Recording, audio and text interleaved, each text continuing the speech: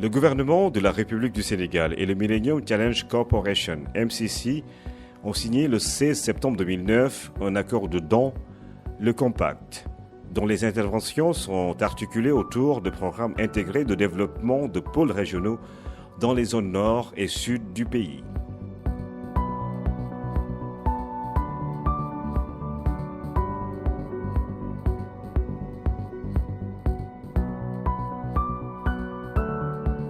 La croissance économique du Sénégal est fortement tributaire des performances de son agriculture. C'est ce qu'a vite compris le MCA Sénégal, qui a fait une analyse des contraintes pour voir qu'est-ce qui empêchait le développement réel de ce secteur de l'agriculture, du moins dans cette zone du Delta.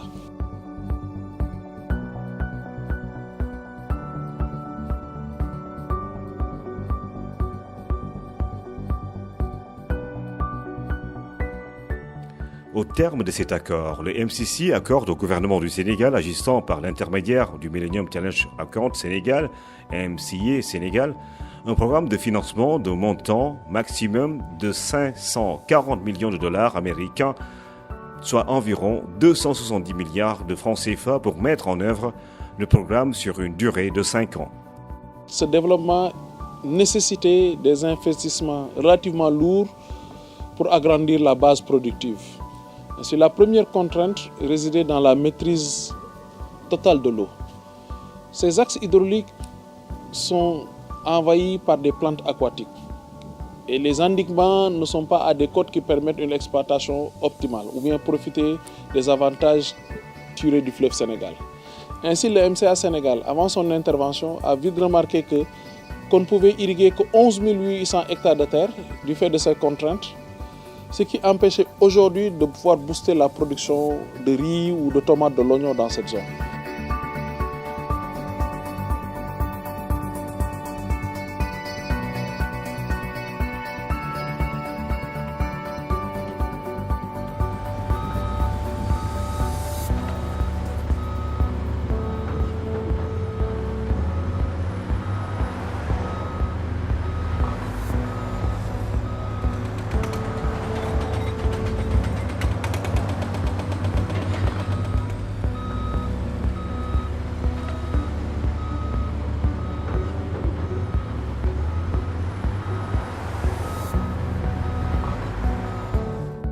Le but du Compact Sénégal est de contribuer à la réduction de la pauvreté au Sénégal par la croissance économique.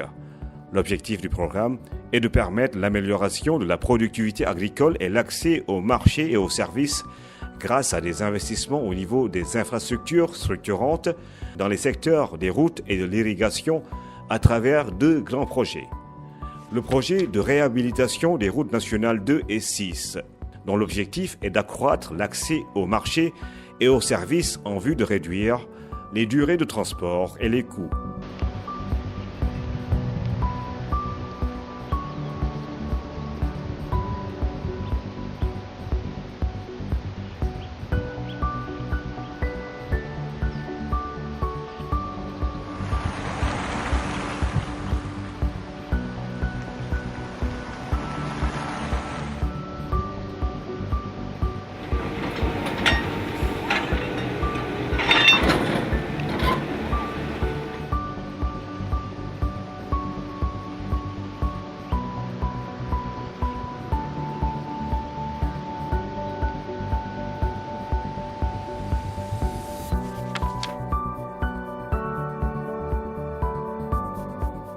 Une attention particulière est portée sur le projet Irrigation et gestion des ressources en eau qui poursuit l'objectif d'accroître la productivité du secteur agricole par l'extension et l'amélioration de la qualité du système d'irrigation dans le nord du Sénégal.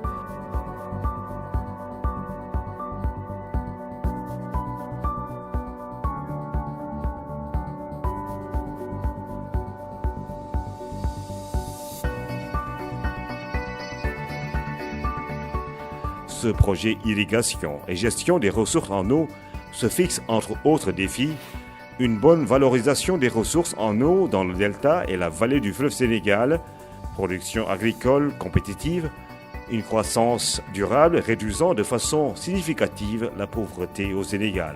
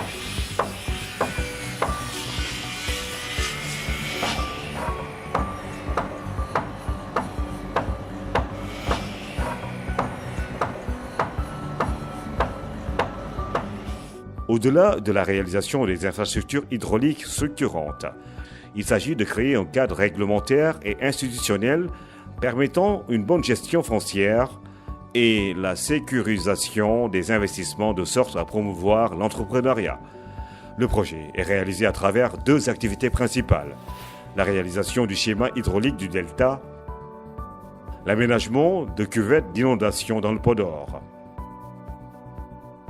Son coût global est de 178 22 900 $ américains, dont 170 8 860 financés pour les travaux dans le compact et 8 14 040 dans le financement 609G pour la réalisation des études d'exécution, la gestion foncière et la mise en œuvre des mesures sociales d'accompagnement.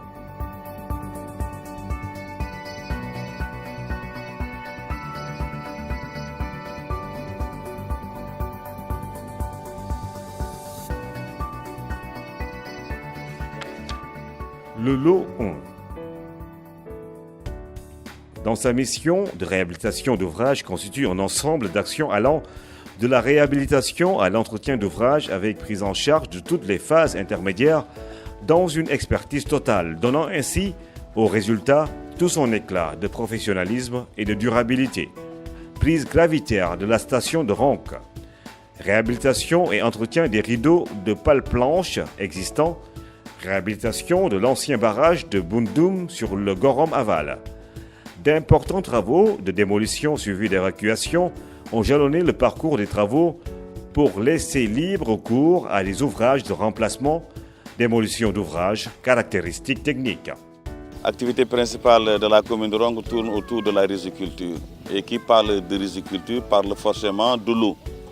D'où l'importance de l'intervention de MCE au niveau de la commune de Ronc. Les travaux sont achevés à 100%. Actuellement, on est sur les tests étanches des vannes. Ça a permis de régler énormément de choses parce que pour atteindre l'objectif de l'autosuffisance en riz, l'une des difficultés, c'était vraiment avoir de l'eau en abondance. 5 ouvrages démolis. Le pont de franchissement de Lamsar, amont à Bundum. Le pont vanné actuel, le Djambar. Les 2 dallos vannés du pont Djawel. Le dallo vanné ruiné de Demba.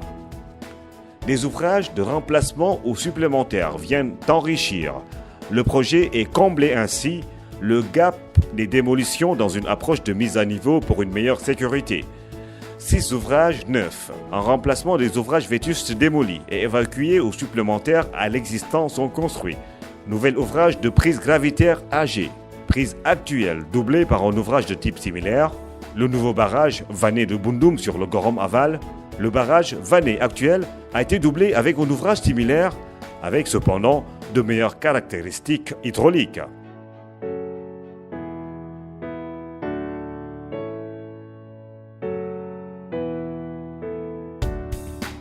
Aujourd'hui, nous garantissons la possibilité aux paysans de pouvoir irriguer en toute saison 40 000 hectares de terre sans aucun stress hydraulique. Nous avons relevé ainsi le niveau de plan d'eau avec les endiguements et nous avons offert un débit minimal qui a été tout le temps défini dans le schéma hydraulique qui a été étudié depuis au moins 30 ans. Aujourd'hui, avec le MCA Sénégal, nous arrivons à des résultats qui permettent de pouvoir irriguer et de produire au moins 240 000 tonnes de riz. Nouveau pont vanné de Bundum sur le Lamsar amont. Le nouvel ouvrage est implanté dans l'axe du canal en rive gauche du Lamsar amont. Nouveau pont vanné de Djambar sur le Kazakh Nord. Le nouvel ouvrage est implanté dans l'axe de la piste actuelle. Nouveau dallo vanné sur le Djawel. Le nouvel ouvrage est implanté dans l'axe de la piste actuelle en rive droite du Djawel. Nouveau pont vanné de Demba sur le Kazakh Sud.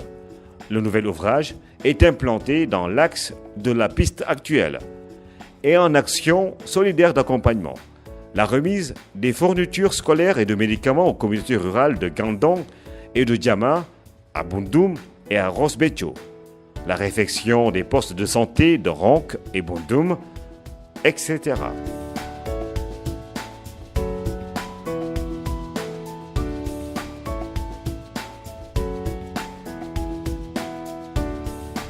On a eu à intervenir dans 2 domaines, c'est-à-dire les couches vulnérables et l'éducation, dans le domaine de la santé. Pour ce semestre-ci, on a eu à réfectionner le poste de santé de Kilène. On a eu à l'équiper en matériel et en médicaments. Nous remercions très chaleureusement le MCC, le MCA. Nous remercions aussi le PMI SAED. Nous remercions le groupement Aegis IDF. Tout ce beau monde qui a permis aujourd'hui au Condrul de venir nous apporter ce beau cadeau. Lot 2. Travaux de terrassement de construction d'ouvrages de génie civil sur les adducteurs du Haut-Delta. Lot 2. 21 mai 2013. Démarrage des travaux avec l'expertise nécessaire pour une satisfaction des attentes au service des populations bénéficiaires. Le lot 2 comprend la réalisation de travaux de terrassement au niveau de plusieurs adducteurs et la construction d'ouvrages en génie civil. Adducteurs: Gorom Amont, Gorom Aval, Cassac Nord, Cassac Sud, Lampard Amont, Lampard Médian, Lampsar Aval, Canal du Grand Caille, Galam, Canal du Gandiolé. Ouvrage de génie civil construit ou réhabilité. Ouvrage vanné de Niaoudoun. Ouvrage vanné de Mouben. Prise du canal du Gandiolé. Ouvrage 3, Marigot numéro 1. Ouvrage 3, Marigot numéro 2. Ouvrage de franchissement du canal du Gandiolé. Au menu, la réalisation des travaux de réhabilitation des adducteurs, la construction et la réhabilitation d'ouvrages hydrauliques et la démolition d'ouvrages existants.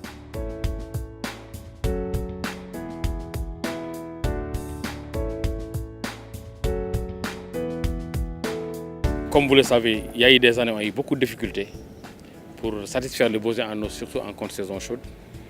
Mais maintenant, on n'a plus aucun problème depuis qu'on a réalisé ces travaux-là. Donc on a réhabilité les adducteurs du Delta sur 145 km. Il y a aussi une deuxième partie, donc c'est la partie où on en est, c'est la partie drainage. Donc ça aussi c'est très important parce qu'avant les périmètres avaient énormément de difficultés pour drainer. Donc ce qui posait des problèmes au niveau des terres. Les gens cultivaient mais ils n'arrivaient pas à avoir les rendements escomptés. Il y avait beaucoup de terres salées qui étaient abandonnées. Et aujourd'hui, avec la réalisation de cet émissaire de drainage donc, qui fait 40 km, donc on va donc pouvoir drainer plus de 26 000 hectares donc, de terre dans le delta. L'autre contrainte que nous avons identifiée, c'était l'assainissement des terres. Pour augmenter cette production, il va de soi aussi qu'il fallait élargir les possibilités de pouvoir aménager des terres. Mais on est dans une zone du delta, donc très proche de la mer, et nous avions des remontées salines du fait que ces terres ne permettaient souvent, sans aucun drainage adéquat, de faire qu'une seule campagne de riz. Les sols se salinisaient très rapidement. Aujourd'hui, avec la réalisation de l'émissaire du delta dans son intégralité, nous sommes en mesure de récupérer au moins 25 000 hectares de terre qui étaient abandonnés. En faisant quoi? En permettant le lessivage profond de ces terres avec la création de 2 canaux en eau douce, qu'on appelait des canaux compensateurs, et surtout de pouvoir réaliser l'émissaire du delta. Lot 3. Il s'agit de la réalisation des travaux de terrassement et de construction d'ouvrages de génie civil sur l'émissaire du delta. Les travaux réalisés comprennent des ouvrages en terre, construction d'un émissaire de drainage des eaux du delta, construction de 2 canaux adducteurs destinés à l'irrigation, le canal compensateur rive droite, le canal compensateur rive gauche, réhabilitation du canal 1 et J du delta, réalisation de la digue de Pardiane et de nombreux ouvrages d'art et de génie civil. Donc les travaux que nous avons réalisés sur le lot 3 sont principalement des travaux de terrassement avec des ouvrages de génie civil. Donc la réalisation de canaux, donc une centaine de kilomètres de canaux et digues, accompagnés en fait d'ouvrages de franchissement et de petits ouvrages de génie civil pour l'aménagement des futures parcelles agricoles. De grands ouvrages de génie civil ont marqué le projet avec une conduite exceptionnelle et d'importance capitale. 33 ouvrages de franchissement, 9 drains et prises, 1 siphon et en action solidaire d'accompagnement, réfection des portes et fenêtres collège de Niaoudoun, réfection de la mosquée de Niaoudoun, adduction en eau potable à Peul-Dieusse, station de potabilisation à Ndig, construction du poste de santé de Diama, réalisation des concessions de Tabac 13-11, construction école et poste de santé de Tabac 13, implantation des lavoirs et abreuvoirs, implantation des ouvrages d'irrigation, etc. Les gens irriguaient les eaux à partir des terres basses pour aller irriguer des terres qui sont hautes, ce qui faisait une consommation d'énergie assez pesante au niveau du compte d'exploitation du paysan. Avec la construction des canaux compensateurs, aujourd'hui, nous prenons l'irrigation des terres hautes vers les terres basses.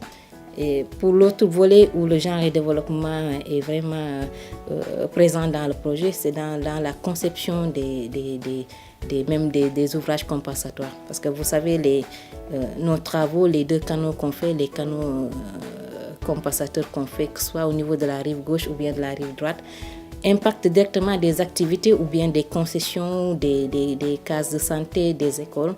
Et il n'est pas question pour nous de venir démolir ces infrastructures-là et de partir. Il faut faire à côté des ouvrages compensatoires. Lot 4. Travaux de construction d'ouvrages de génie civil sur l'émissaire du Delta. Lot 4. Des réalisations de taille et d'envergure dans plusieurs axes et stations. La station de pompage de Diama. Ce complexe est un ensemble d'ouvrages qui a été implanté sur un linéaire relativement important de l'ordre de 200 mètres, Almelec de section 75,5 mm². Donc cette station, donc vous voyez par là, qui a coûté plus de 3 milliards, donc financée par un don du peuple américain, donc est équipée donc de 4 pompes de 3,5 m3 par seconde et d'un transformateur de 1000 kVA. Donc elle a une capacité d'évacuation de minimum de 14 m3 par seconde par le pompage, mais aussi elle a une partie gravitaire.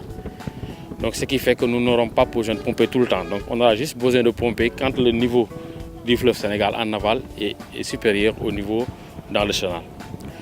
Il faut dire que c'est un projet qui date de très longtemps, qui a été étudié par la CED depuis les années 90, mais on n'arrivait pas à trouver le financement. Donc ce financement-là a été bien sûr obtenu grâce au financement d'IMCA Sénégal.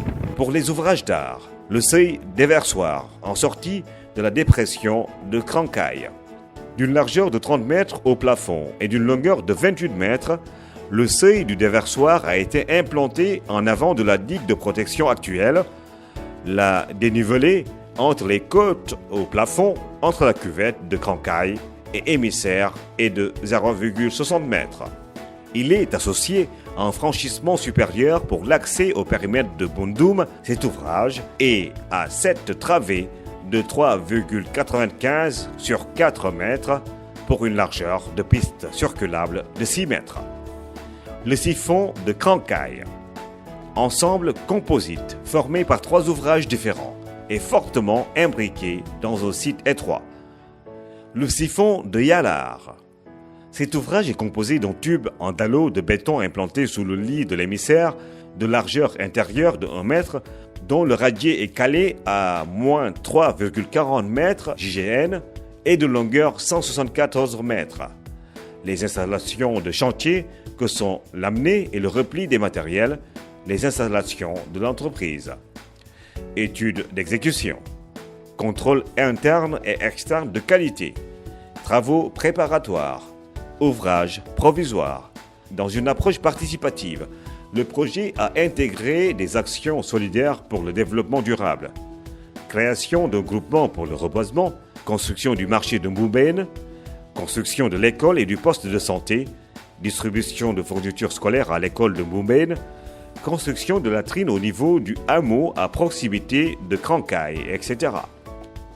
Les 4 lots de la réalisation du schéma hydraulique du delta comprennent chacun la mise en œuvre des mesures d'atténuation des impacts environnementaux, sociaux et santé, sécurité, par le respect du plan intégré EH2SG dans l'exécution des travaux.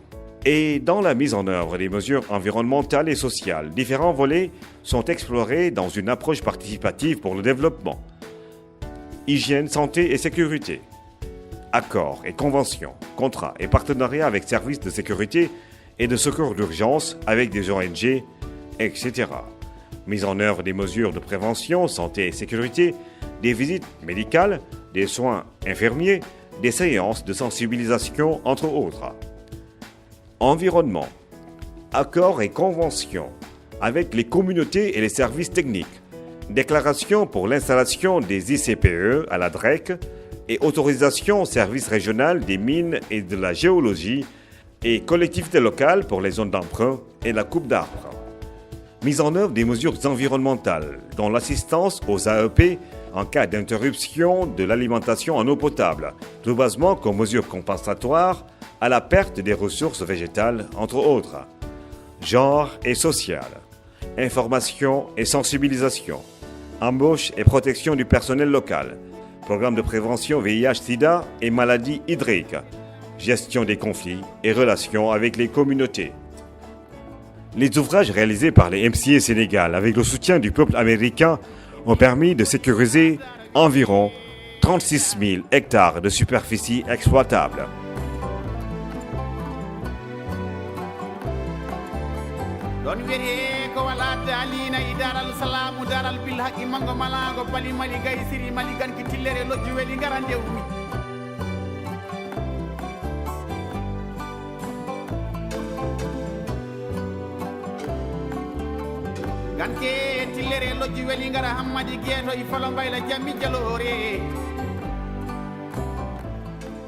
dañu jëkk gërëm le gouvernement américain beneen bi ak suñu état ñun gouvernement Sénégal parce que def nañ fi ay réalisation yu nga xam ni si wàllu canalisation si wàllu ay ouvrage si wàllu itam drainage nekk na njëriñ bu nga xam ni population bi nga xam ni ñoo dëkk fii gis nañ ko. dañu gis ni nañu ko programmer ni heure bu ñu paree ñun daañu mën irriguer sans pompe irriguer suñuy tool yi te doo taal pompe doo jënd gasoil wax dëgg yàlla njëriñ la pour ñun te ñoo ngi ci am yaakaar bu baax di ci am kontaan ndax gis nañu liggéey bi tam nu mu mele. ñun nag programme bi liñ ci gis mooy xéewal man bi ma ci jëkk marqué bi ma gën a amal solo muy àq ak yelleef bi ñu jox doomu aadama. actuellement avec MCA bi ku nekk mën na tey ñëw jugee fu nga xam ne mooy ville bi wàcc ci village muy cultiver mooy di lu nga xam ne moo gën a amal solo. seen liggéey bi nga fi daal ñu ngi leen ci sant leen ci gërëm te kontaan nañ ci lool alhamdulilah rabbil alamin. Un suivi particulier de ces ouvrages est nécessaire pour permettre la réalisation d'aménagements spécifiques. Oui, un bon suivi permettra d'assurer un fonctionnement normal des ouvrages afin de servir durablement les bénéficiaires. Avec ces investissements de 80 milliards, nous avons aussi pensé à la durabilité, qui est quand même extrêmement important au niveau du secteur de l'agriculture. Nous avons essayé d'engager certaines réformes avec les partenaires pour voir comment réfléchir sur trouver des mécanismes optimums qui ont été déjà initiés par la SED, mais comment les compléter pour arriver à engager la maintenance de ces infrastructures.